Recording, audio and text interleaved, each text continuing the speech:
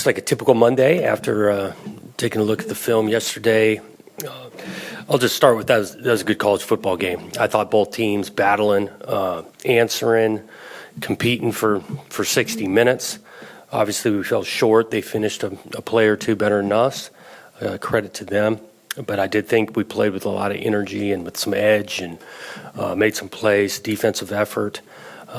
Had our chances, and they made one more play than us. And so, just like anything, we watched the film, learned from it, learned some good, learned some things to clean up, and you move forward. I do think the energy that we played with was in huge part because of that crowd. Can't thank again Beaver Nation for showing out like that. We've got a home field advantage when the place was rocking, the energy, and so I did appreciate that. I know our players did as well. But we're not playing at home this weekend. Got a huge challenge in front of us.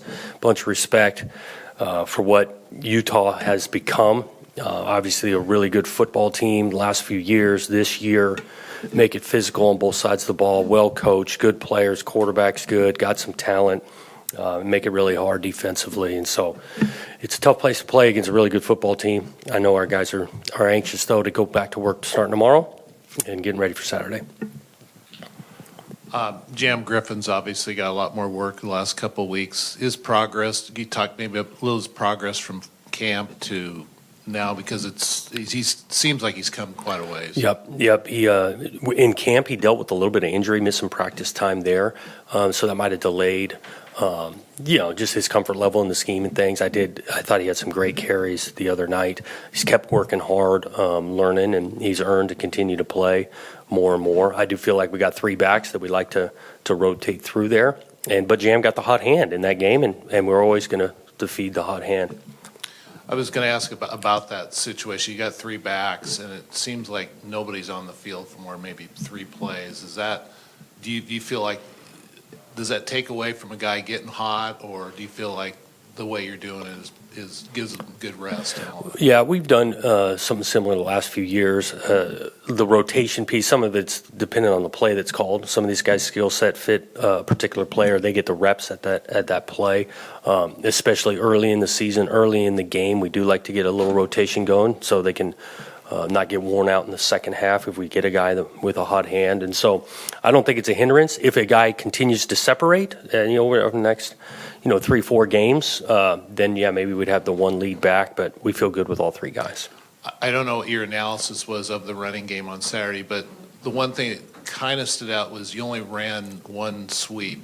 I think it was Anthony Gould ran for like 15. You didn't run any receivers really in that game. Was there a reason why? Did USC present some sort of problem, or did you just not? They were good on the edges going into the game off the film study, and so we didn't feel like we had a bunch of plays there to get on the edge. As the game went on, they were emphasis on stopping the run game, where the direction the back was going. They were chasing pretty hard, and so that's why we felt we could get to the around play.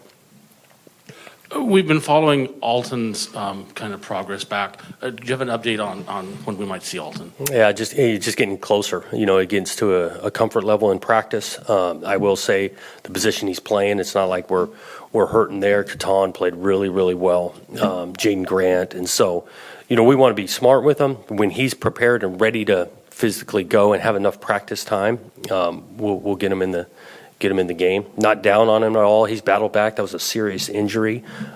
Just currently going off of last Saturday, those other two are our best option.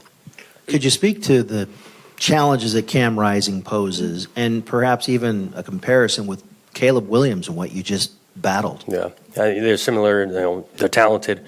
The guy's a good decision maker with the ball. He's accurate. He's athletic. They run him a little bit. He'll pull the ball. He's got some great experience now. Knows that offense inside and out.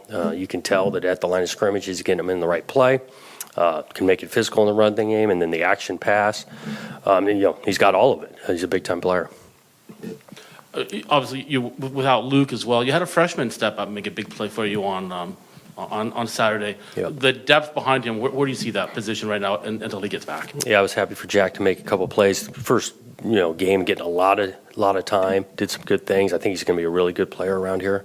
But we got some options there. Jake Overman continues to play steady and do some really good things. JT Byrne getting into the game, and obviously, it's tough to replace exactly Luke. but those guys are doing a good job. After watching video, what was your assessment of Chance's play on Saturday? Yeah, obviously, it comes down to you play quarterback and you have a couple errors. Those stand out. We got to be able to be smarter with the football. We do. I don't put it all on him. I mean, this thing, you turn the ball over, especially with interceptions. First, you start with the protection. He's getting hit on 3 of the 4 of them, and so we got to protect him better. Understanding the situation and the decision he's making. Sometimes a sack is better than an interception. And he did some other good things. He moved early. It was 3rd down scramble. Got us in the right spot. Run game wise, got us in the right place. Made some throws on 3rd down that I thought were better. Like some of these 3rd, 6, 7, 8s we converted on. So there were some good plays there, but obviously the turnovers stand out.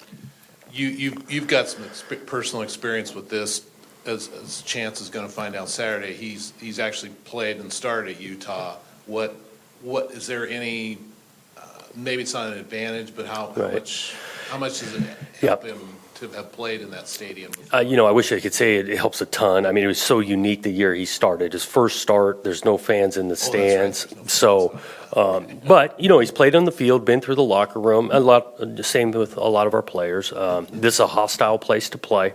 I go back to, again, this non-conference schedule we played, going down to Fresno. That was a tough place to play, too, and this will be right there with that kind of environment. Seems like one thing that was a little bit under the radar Saturday was USC was pretty good on 1st and 2nd down, and you weren't able to use Jack Coletto very much. Do you feel like that had a little bit of an impact on the game? Yeah, we'd like to get Coletto in those short yardage situations when we had one in the red zone and he got a 1st down with it. Staying out of the 3rd and long is going to be beneficial. Had a couple of false starts in the first half. I think we had 4 of them that put you behind the sticks, and then it's hard to sustain drives. Notice Saturday you had the 4-yard line painted for Spencer Webb, and I think most of the schools, if not all the other schools in the Pac-12, did the same thing that weekend. Was that kind of like a conference level decision, or was that program? Yeah, that was specific? Conference level, which again, that I think just shows the class that the Pac-12 has. But that was from the conference office. And it seems like every Utah week we talk about Kyle Whittingham, the job he's done in building that program.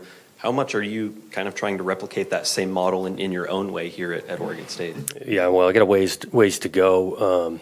But, what he's done, he's created an identity, both sides of the ball, the style of player he recruits and develops there, the really smart schematic football coach. You can see, these guys don't make a lot of errors. They make the thing physical, and that's been a mantra and identity for him for a long, long time. All your games this year have been night games. Now you're going to Utah. It's going to be a morning game. How does this week of practice, how does your preparation change knowing that you're not going to have that much time on Saturday? Yeah, it really it doesn't change at all. And some of it, I think it's a great thing. And I'll tell our guys tomorrow because we practice in the morning. So kickoff time would be about the halfway point of where we normally practice. And so it'll be a earlier morning wake up than the previous games. But I'm going to try to sell it's right up our alley because that's when we practice throughout the week. The crowd at Reeser the other night seemed to really affect USC, forced them into using up their timeouts early. They used, I think, all 3 in the first half.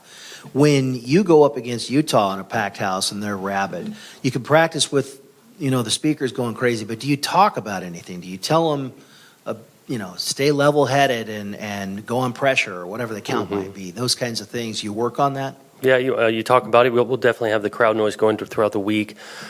Starts with early communication, getting in the huddle, getting in and out of the huddle. Obviously, we're getting on the same page. We've got to be able to do different styles of snap counts. And we'll practice. Actually started yesterday doing that. And that's what's playing on the road. That the crowd can make a difference in your communication, and we got to be airtight with it.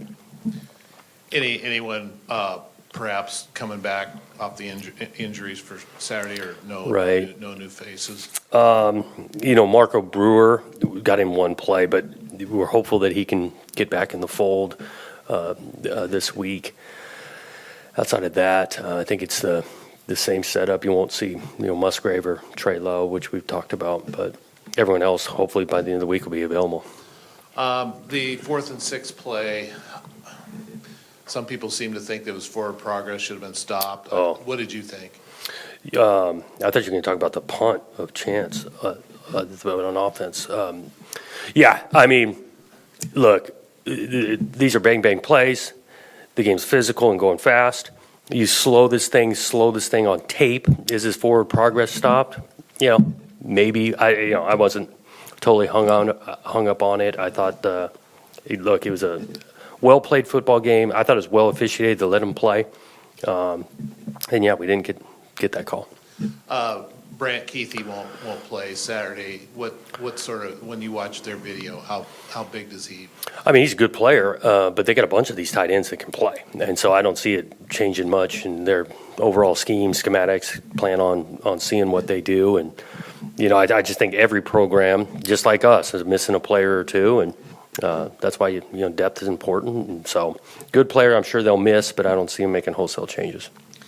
And the Utah defense, what challenges do they pose? What do they like to run? Yeah, they're similar. What they've been doing for a long time. Play a lot of man coverage, but change up their looks. Very sound. Not ultra trying to fool you out there. They just do what they do, and they do it really well.